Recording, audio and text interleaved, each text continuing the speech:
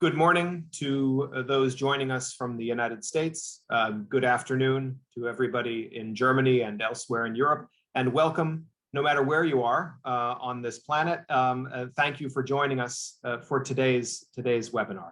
My name is Jeff Rathke. I'm the president of the American Institute for Contemporary German Studies at Johns Hopkins University.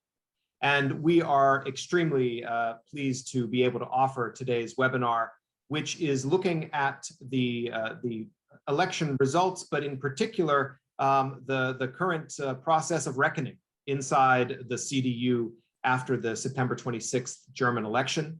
And I'm going to hand over in just a moment to my colleague, Dr. Eric Langenbacher, who heads our Society, Culture, and Politics program at AICGS, and he is a senior fellow here. And let me just thank also our participants who will be introduced shortly. We have a tremendous balance of practitioners, of people with political experience at very high levels, as well as academic and analytical expertise that I think should enrich this conversation. So with that, let me hand things over to Eric, who is going to guide us through today's event and moderate the discussion. Eric, the floor is yours. Thanks, Jeff. I'll keep my introductory remarks quite brief so that we can hear from our fabulous speakers. So we're here today to talk about the CDU in particular, which I think it's safe to say is in a crisis mode right now, given the worst electoral result in its post-war history. So it's a time for renewal. There will be new leaders, there will be new policy positions, and so we'll hear from three people who really have insight into what's going on. So our first speaker is going to be Ruprecht Polenz, who was a member of the German Bundestag for the Christian Democratic Union from 1994 to 2013. He was also a member and the chair of the Foreign Affairs Committee of the German Bundestag, and has had a variety of other very interesting roles in his career as well. Then we're going to hear from Andreas Rödder, who is the chair for modern and contemporary history at the Johannes Gutenberg Universität in Mainz, and is currently the Helmut Schmidt Distinguished Visiting Professor here at Johns Hopkins SAIS. He's very, very widely published.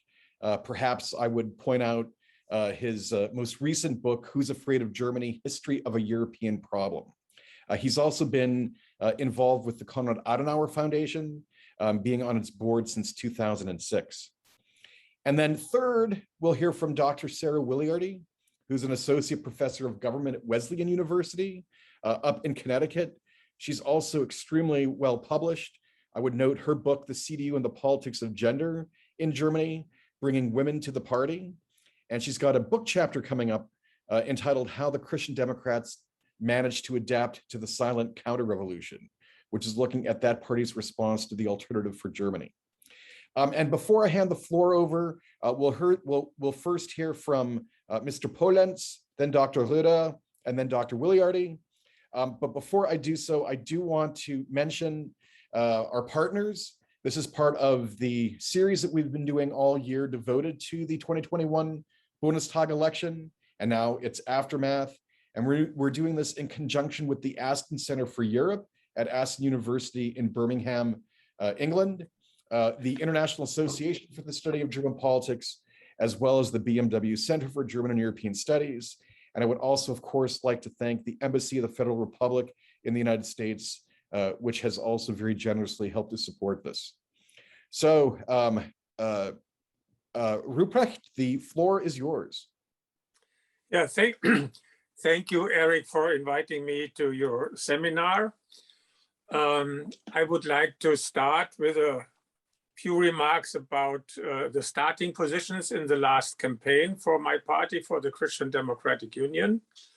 Of course, we all know the outcome, and I will come to some, let's say, crucial points which are lying ahead of my party in, I would say, the coming years. But of course, we have next year state elections in 3 states where the Christian Democrats have the governor, the minister president. So it is also necessary that my party is a bit hurrying up to, let's say, at least send the message to the people that we are that we are going into the right direction. Let me put it this way. What has been the starting position?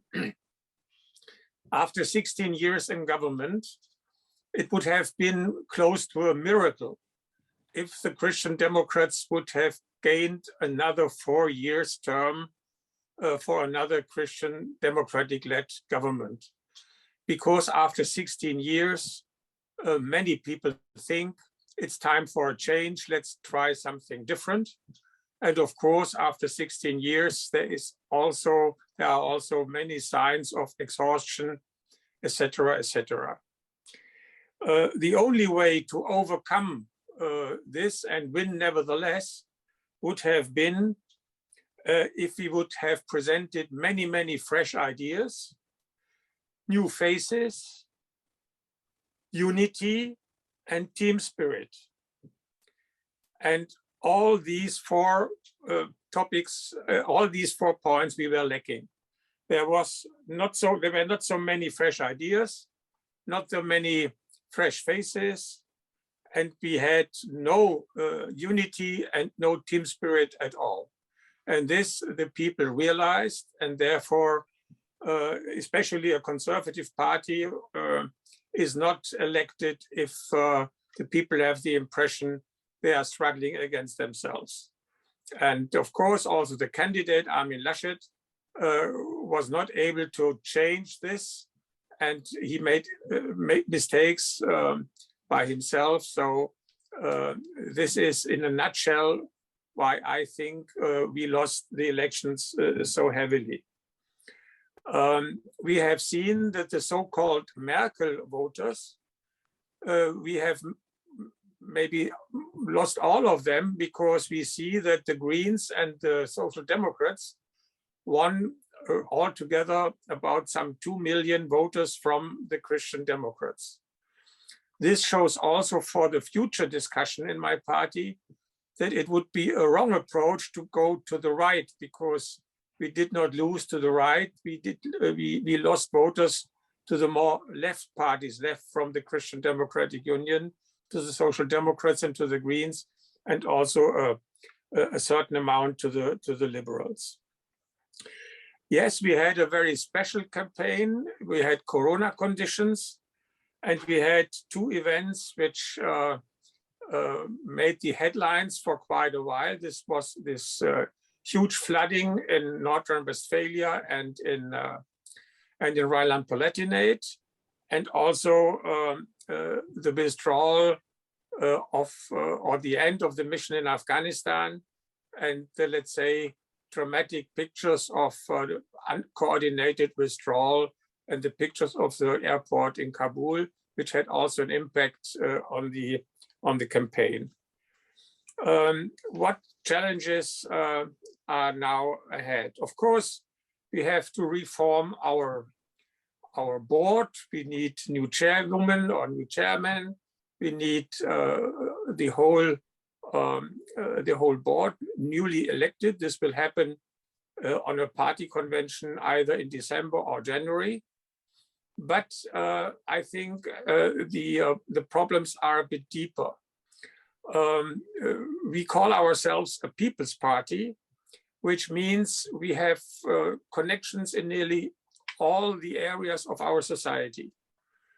But if you compare the membership of the Christian Democratic Union with the society, you see at the first glance, we have less women, we have less diversity, and we are much older. And to start with the last, the average age of the German population is 44. The average age of the Christian Democratic membership is 61. And on the first glance, this does not look as important as it is, in my view at least. But the feeling how life is going on, how life should go on, is very different from a 20-year-old in comparison to a 40-year-old person, or even maybe more so from a 50-year-old person compared with a 70-year-old person. And this means that if we are looking at our membership and our ability to take what's on in the society and form it according to our values into practical policy, we are lacking a lot of sensitivity, of possibilities of empathy, and so on and so forth. And of course, we need more women. We have only 25% of our membership are women. We are discussing this topic since 30, 40 years. Every time we are discussing it, we say we have to change it, and then we go and do as before, and nothing changed. And therefore, I'm amongst those who are in support of a quota, of a quotation, where we have at least in the board and on the local level, regional level, and federal level, half of the posts with women and half of the posts with men. I think this is unavoidable if you want to change this after having tried to do so 40 years in vain. To be better able to see how the society has developed, it is, in my view, quite important to have many new members. And if we put this topic on our agenda, we are asking the right questions, because we are now discussing a lot about how to integrate the basis into the ongoing decisions. And most of our members mean the basis themselves. But the basis of a party are the voters and not the party members. And we have to be attractive to the voters and not only to the party members. And this is a huge difference, because being attractive to party members does not include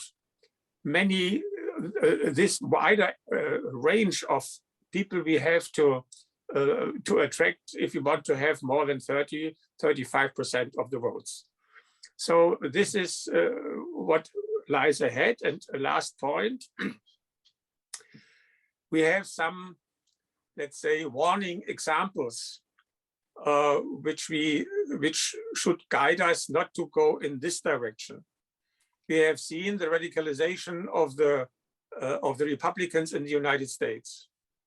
And there is a certain danger that this could happen also to my party. We have a very right wing, not so large, but nevertheless existent. And for them, for instance, also let's say, the difference between Christian Democrats and the Alternative for Germany, a very right-wing extremist party, is not as important as it should be. And I think we have a special responsibility to make really very clear where conservatism ends and where radicalism and right-wing extremism begins. And we should avoid to have, let's say, a Tea Party-like approach successful in the Christian Democratic Party. And also another example where we should be warned of is if we look to Britain and we see what happened with the Tories.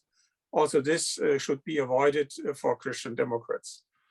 And therefore, my final remark is, because I now know that Mr. Rödder will follow, the Christian Democrats are not a conservative party. They are Christian Democrats, and they have conservative, liberal, and social roots.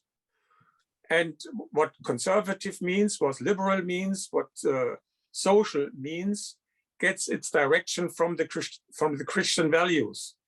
And this is different from, let's say, understanding of conservatism like the British Tory understanding, or what the GOP understands about conservatism. Christianity is always linked to humanity, and this last point leads to our big unsolved topic in my party: how to deal with immigration and how to deal with a wider range and not so homogeneous German society. This is, in my view, what is at stake. And now I'm very curious to hear from the others what I can learn on the situation of my party. Thank you. Thank you so much. Andreas, you're up next. Yeah, thank you. Good morning, good afternoon to everybody being with us today. And thanks for the opportunity to make a few remarks about the Christian Democrats in Germany.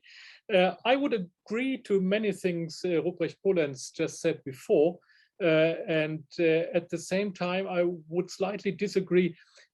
There is this saying that the Christian Democrats constitute of a conservative, a liberal, and a Christian or social wing. I agree that the overall idea of Christian democracy in Germany is Christian democracy, but I think this integrates conservative, liberal, and social currents at the same time, and these are not really different camps, or don't have to be different camps within the party. But we might discuss this a bit later. Ruprecht Polenz pointed to an interesting dilemma the party is facing at the moment. This is the relationship between the party leadership, between voters and members. And this, in fact, marks a dilemma for the party, since, as Ruprecht correctly said, a party does have to win over voters, and that does not only have to suffice its members.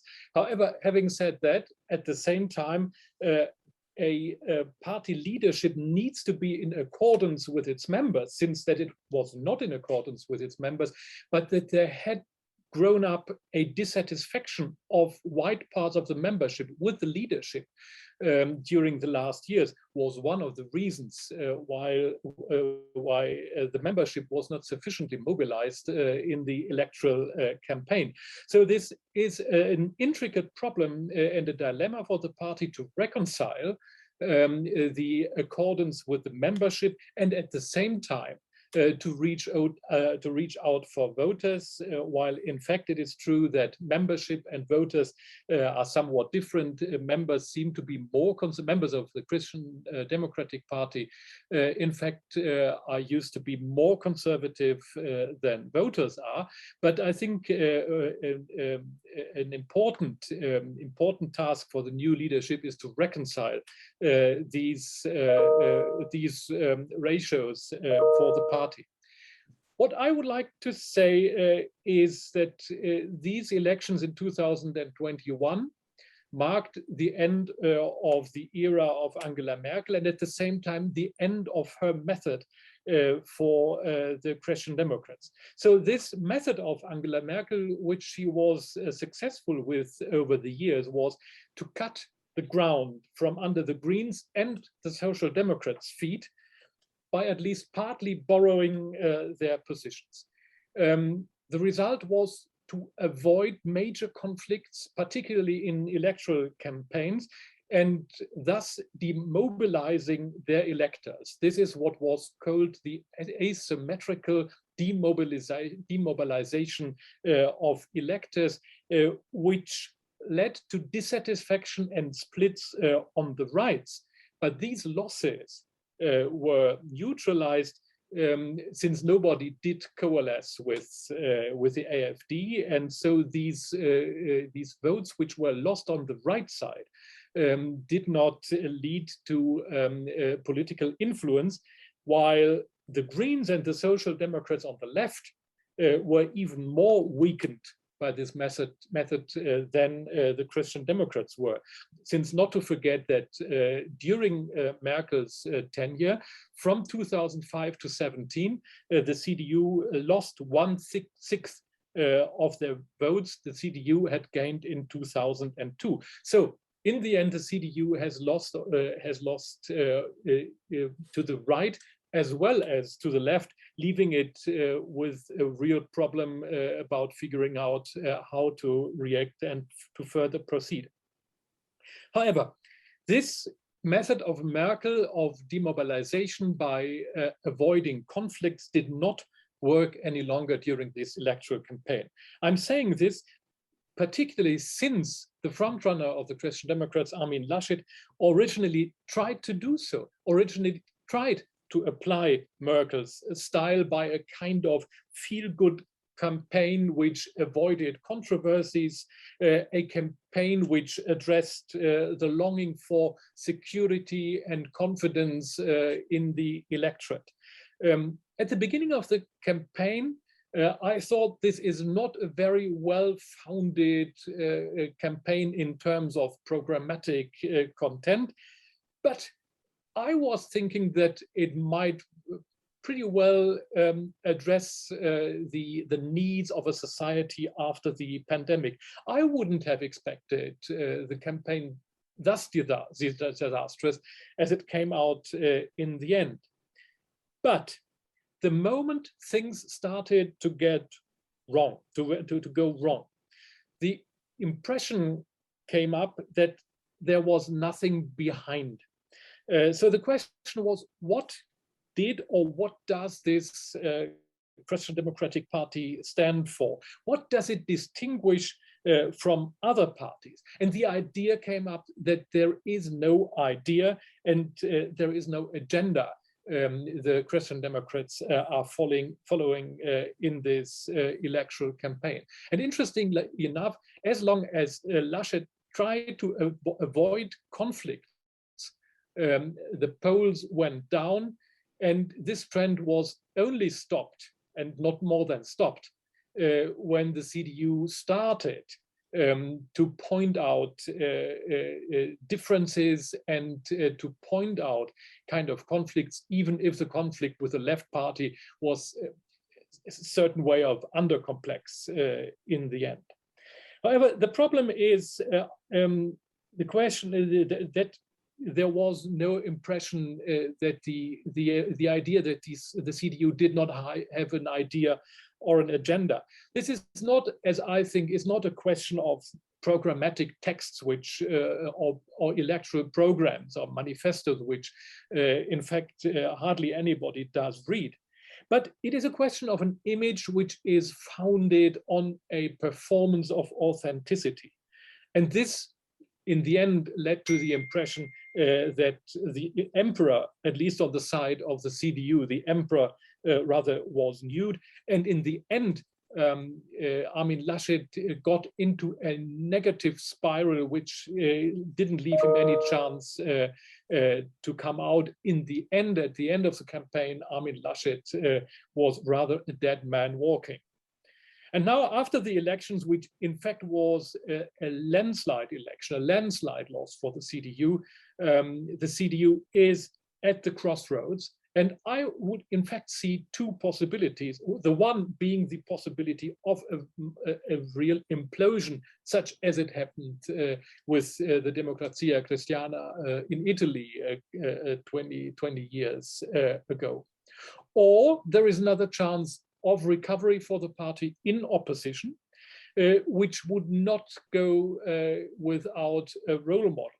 Since when the CDU lost power for the first time in 1969, it lost power with a less disastrous, far less disastrous result. But the forecast in the 1970s was that this party was out of touch with the mainstream and the current of the time.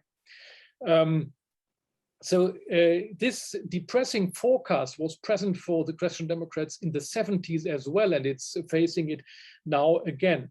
But what the young Helmut Kohl as a party leader accomplished was to turn the CDU in a modern party and even an intellectually interesting, yet fascinating and vivid party. This was the reason, this was the basis for the regaining of power for the Christian Democrats in 1982. It loaded up, it recharged their batteries, and the Christian Democrats benefited from this recharging in the whole 80s and 90s, when the CDU was defeated in 1998.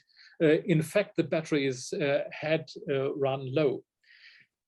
Wolfgang Schäuble, as the new party leader in 1989, immediately started a new process of recharging of batteries, of revitalization of the party.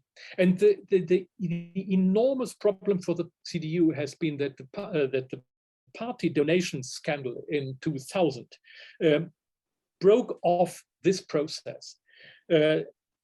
And this has been a inflicted a long-lasting problem on the CDU since it avoided this second revitalization process. And as I would say, what was called modernization in the last years was not much more than pandering to the mainstream, but not developing an own strategy, own Christian democratic strategies and ideas how to cope with current developments. And this then in the end led to the impression I already mentioned, that this party is having no idea. So again, the CDU is at the crossroads. If it wants to recover, and I would agree with Ruprecht what he said, is that it has to develop specific Christian democratic positions and to argue about them within the party and within the public, and to argue for them within the political public. I think this requires an open-minded debating culture within the party at first, and the party needs to regain this debating culture.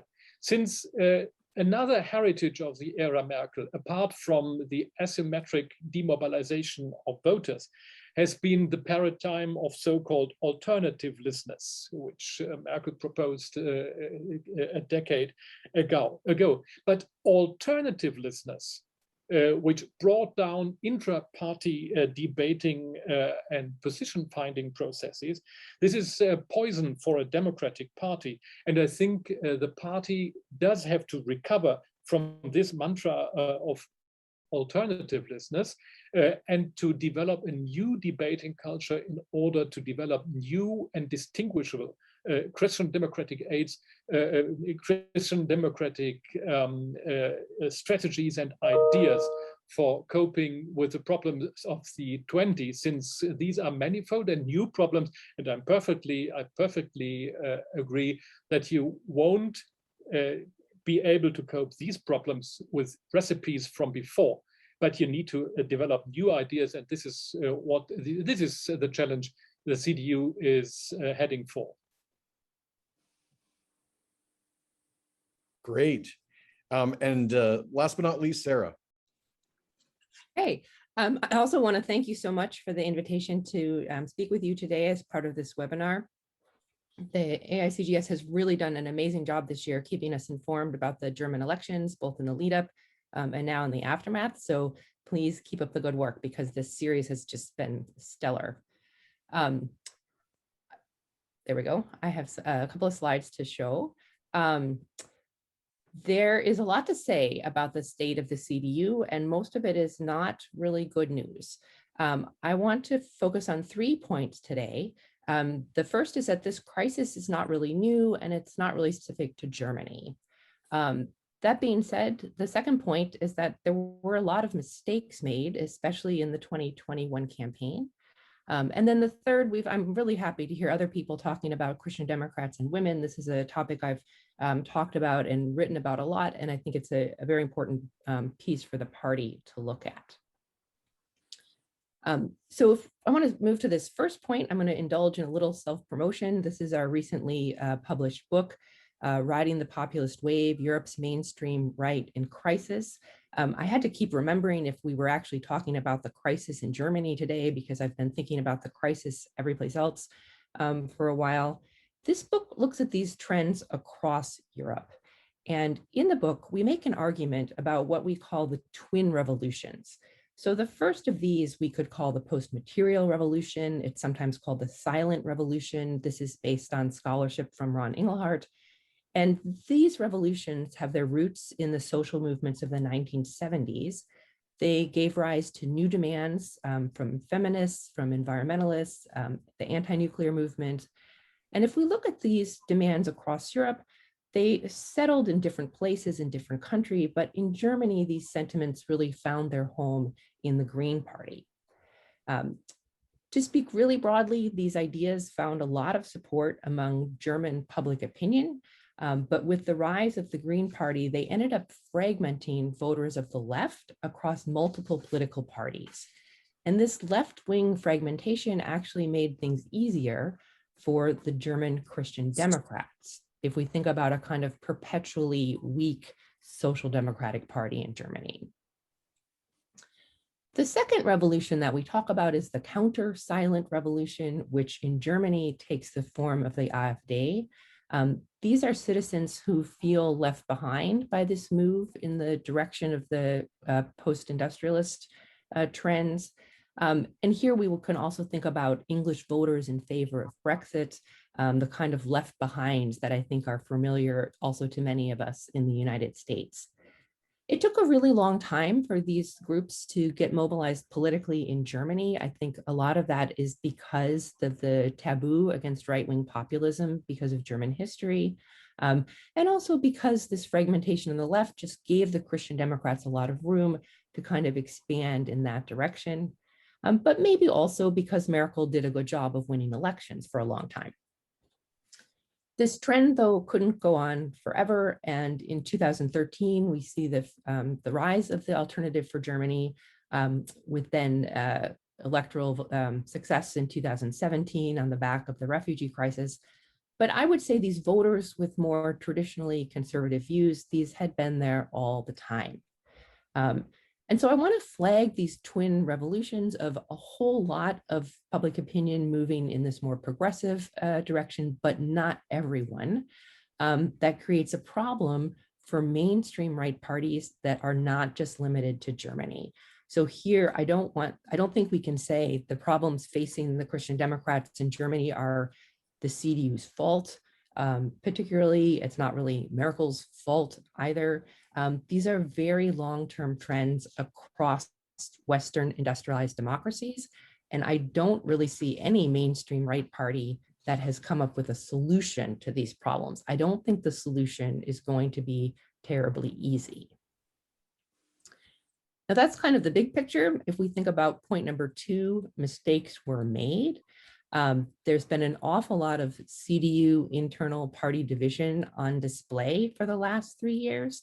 If we look back to the party chair vote to replace Merkel in 2008, her chosen successor, Annegret Kramp-Karrenbauer, went up eventually against Friedrich Merz, and AKK, as she's known, won, but in a really tight vote. And often elections for the party chair are things that are nearly unanimous, especially when the seated party chair has kind of designated her successor, as was the case with Merkel. So here is a place where we can really publicly see in numbers that deep division within the CDU. Now, Kramp-Karrenbauer did not end up being a very successful chair, and she ended up having to retire. It took a while for the CDU to figure out how to run a party chair election during the pandemic, but they did that in January of 2021. And here we saw, again, after a little runoff, Armin Laschet versus Friedrich Merz. And again, this really, it's supposed to say 47% for Merz, there, that's a typo. So again, this very, very deep division within the party. Now, I would say at that point, if the CDU had kind of voted in Laschet in January and rallied behind him as the great candidate and said, okay, we had a vote, we demonstrated some internal party democracy, and now we're going to go with Laschet, it might have been a different story, but instead the bickering within the party really continues throughout the spring and into the summer, here with Laschet versus Markus Söder, the head of the CSU in Bavaria. And so this is kind of now a couple of years of internal party division that is also very, very public. The campaign itself was also not successful. So it wasn't just division, it was that this process didn't yield a terribly good candidate in the form of Laschet. Initially, Laschet appeared maybe a little boring, possibly lacking in gravitas.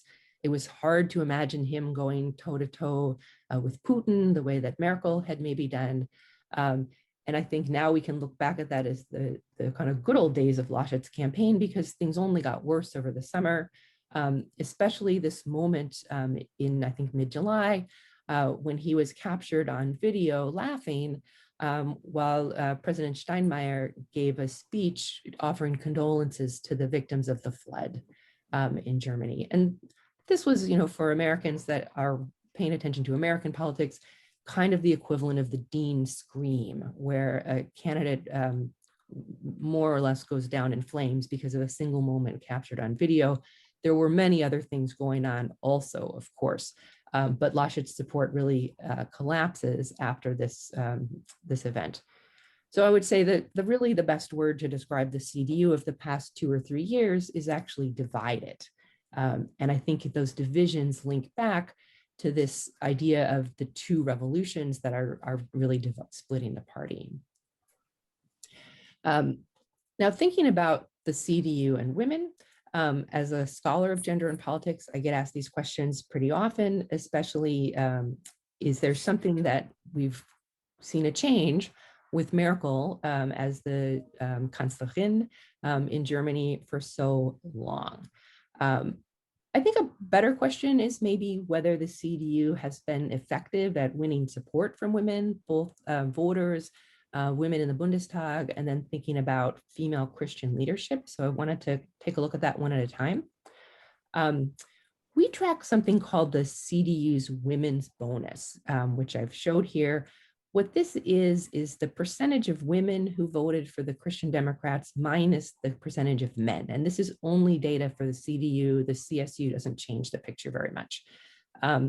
So in 2017, the CDU's women's bonus was 6.3%. That means 29.8% of women voted for the Christian Democrats and only 23.5% of men. So a big difference. And if you look there to that low point about 2002, that's the Merkel versus Schröder election. But then as soon as Merkel became chancellor, we see a rise in the support of women's votes for the Christian Democrats. These are the Merkel voters, and that was very real. So there's a lot of support from women for the Christian Democrats while Merkel was the lead candidate. Then we can see that 2021, massive drop off in women's support as the women went to other parties. So the CDU was able to win support from female voters while Merkel was in office. And actually, historically, this line looks a lot better than a lot of other conservative parties in terms of winning support for women. So they have some history here, but a total collapse in the absence of Merkel. If we think then about women in the Bundestag, this is just for the 2021 Bundestag, we can see, sort of not surprisingly, that the conservative parties there in the second row have fewer women in the Bundestag than the parties on the left. For the Christian Democrats, if we think about when they entered the Bundestag with Merkel at the helm, they had 23% women in their delegation to the Bundestag. So there was no change under Merkel. In fact, there was a little bit of a dip for a couple legislative periods. And this is where I would say there was a lost opportunity. So there wasn't really an advancement of female representation in the Bundestag, despite having Merkel as the chancellor for 16 years. So this is why I think the CDU and actually the CSU are now also reviving these discussions of a quota for women. Is there something that could be done to kind of boost the representation of women Christian Democrats in the Bundestag and in the other parliaments within Germany as well? Now, another question is whether, okay, maybe they're not doing so fantastic with getting the percentage in the Bundestag all that high, but what about individual leaders? This is the kind of current list that's going around of potential new chairs for the CDU. We'll note that they're all men. They're actually all also from North Rhine-Westphalia, and they're all Catholic. So I would say the CDU has not done a brilliant job at promoting female leaders, particular individuals either.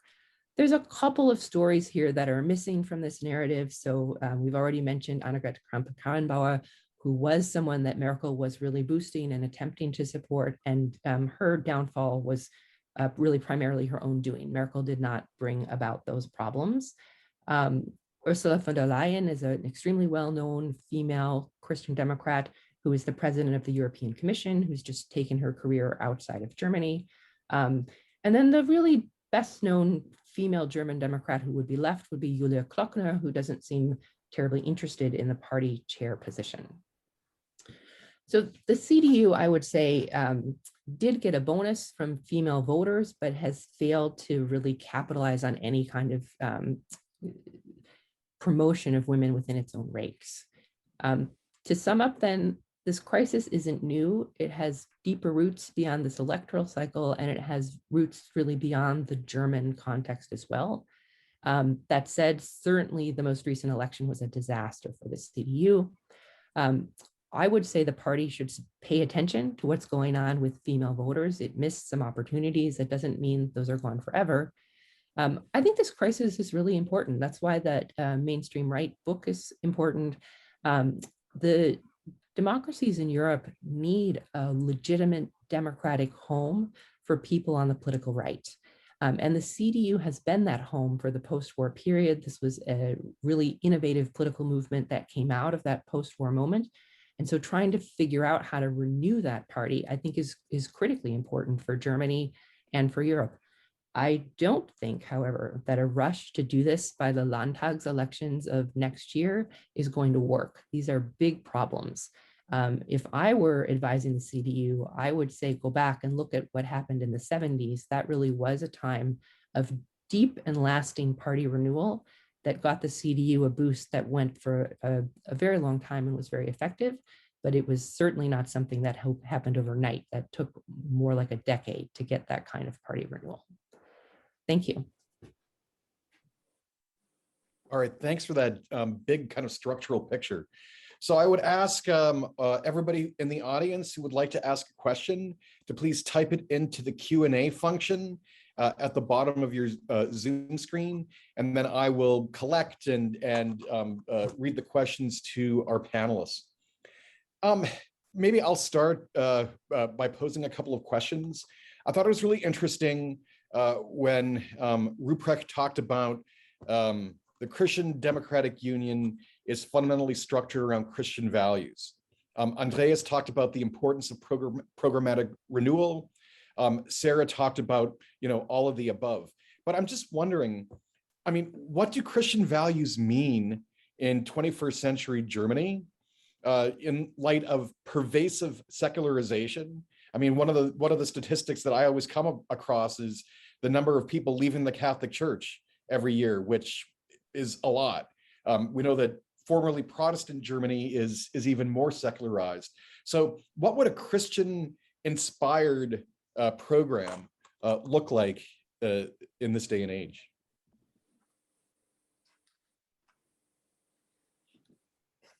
Who are you addressing? That's for everyone, but maybe Ruprecht would like to start.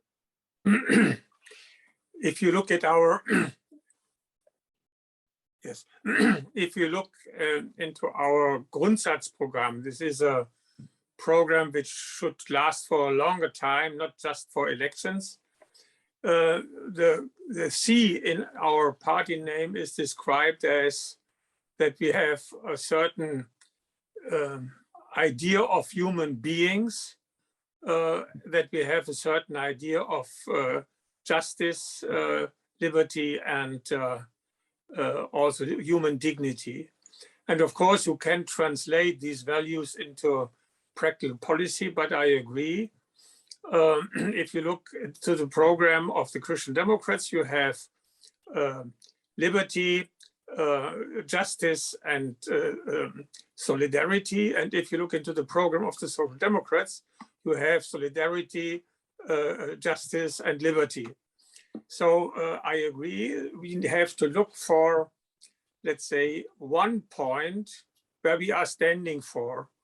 And if you ask people which party in Germany is associated with liberty, probably most of the answers would be the Liberal Democrats, Freie Demokraten. If you ask for social justice, for justice, for solidarity, the answer would be Social Democrats. And if it comes to environment, the answer would be the Greens. And I think for quite a while, what could be such a label for my party? And it came into my mind, and I'm curious what Mr. Rödder and Sarah would say to that. In my view, security in transition could be something for a conservative party, which is addressing a very basic human emotion, and which can be also unfolded in many, many ways. Security internal in foreign affairs, but also social security, and it has not been afraid. We should not frame it in a very narrow-minded way, but in as broad as people want to have security in their life. And if you start with this understanding of security, you are on the one hand, let's say, to some extent, really looking at the brakes in a time where the speed of transition is for many, many people too fast. And I'm just thinking about these ideas and try to discuss it with others. So I'm curious what the others might say to this idea. Security in transition.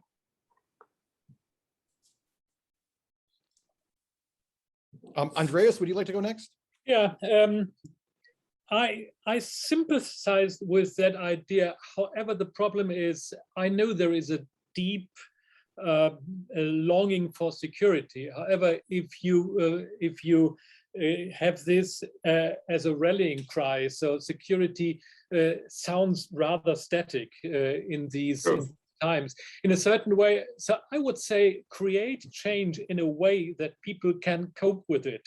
This is what I would understand as the basis of of modern conservatism, or even say Christian democratic political approach. I in a certain way agree, and at the same time I would say CDU should be careful not to look too static with such a kind of mantra. If I might come back to what you said about the concept of manhood, what Eric asked before, if you address what is called in German das christliche Menschenbild, you will heaten up any audience, and all Christian Democrats will be happy to appeal to the Christian concept of men and women. However, the problem is, if you ask what this is in particular, it becomes rather difficult. So since if you are right with the question of dignity, Ruprecht, however, I think there is no difference between the major democratic parties about the human dignity. So as I would say, the idea of the Christian concept is that people are equal but different, which means it is an obligation for equal opportunities, but acceptance of difference if it is created in a fair way. The next is that it addresses the individual, not the collective. In my opinion, an important part or an important aspect of this Christian concept of men and women is that men and women are fallible. So this means that Christian democracy, Christian democratic thinking shouldn't be dogmatic or rigoristic in order to claim any kind of truth for it. But what I would say, in my eyes, the core of what is Christian democratic is the idea of subsidiarity, which is a rather intellectually sounding concept from the Christian social teaching. But the idea of subsidiarity, and I think this in the end really is the core of what Christian democracy is a combination of self-responsibility of people on the one hand and social solidarity on the other. So the idea that everybody is self-responsible as long as he and she is able to do so. But the moment a person is not able to be self-responsible any longer, that this moment, the solidarity of society gets in. I think this is the basic idea of Christian democratic social thinking. And in fact, it makes a difference as well to state interventionism on the left side as to market liberalism on the liberal side. So I think this, in the end, is the idea which Christian democracy can make strong and should think about. Mm-hmm. Sarah? So I would agree with that. I really sympathize with this kind of catchphrase of security and transition, and I can understand the way that might have some appeal. But I think I agree more with Andreas that it's probably a little bit too much focused on stuck in the past, whereas I think the real path for the Christian Democrats has to be moving forward.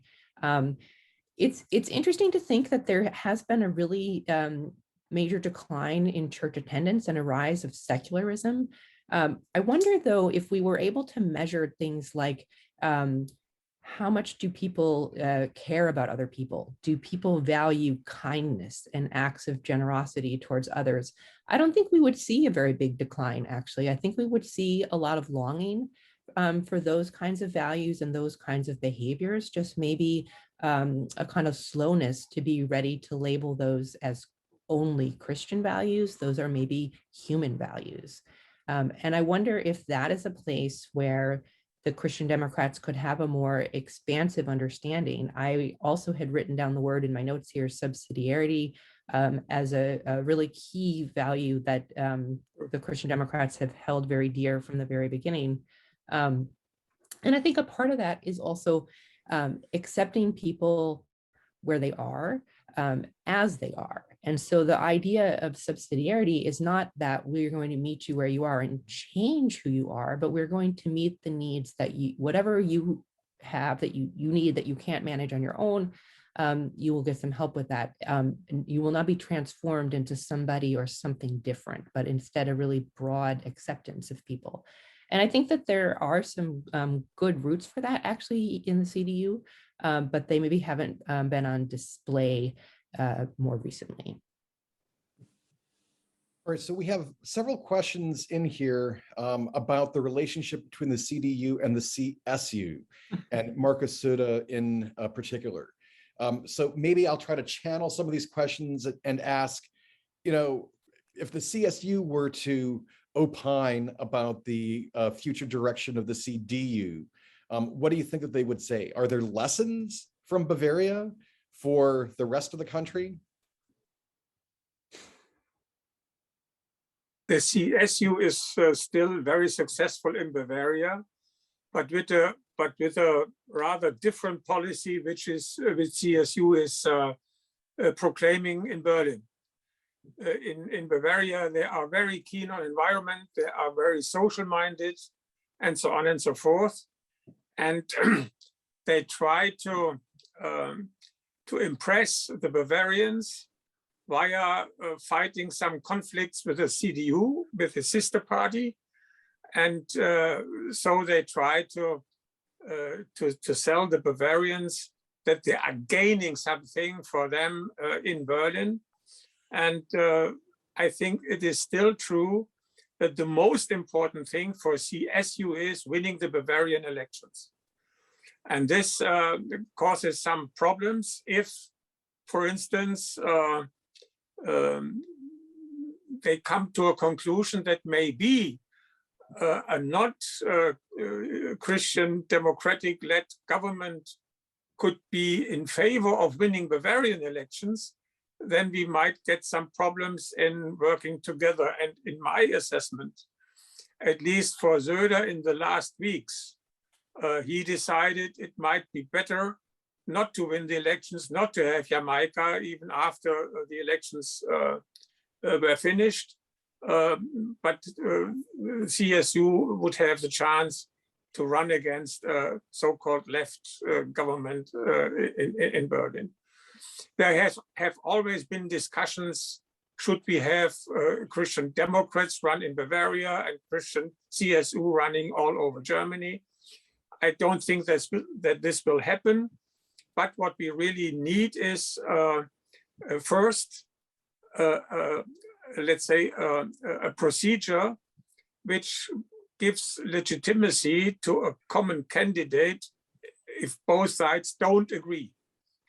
So far, we are lacking this. We have a procedure to get to a common candidate, but only if there is a broad agreement ahead, before, and not if, like in this time, we had Rödder and Laschet, and the procedure which was finally used lacked credibility and legitimacy until the end of the campaign. So this is what we really do need, because we all know for the next federal elections, there will be no Christian Democrat or Christian social chancellor.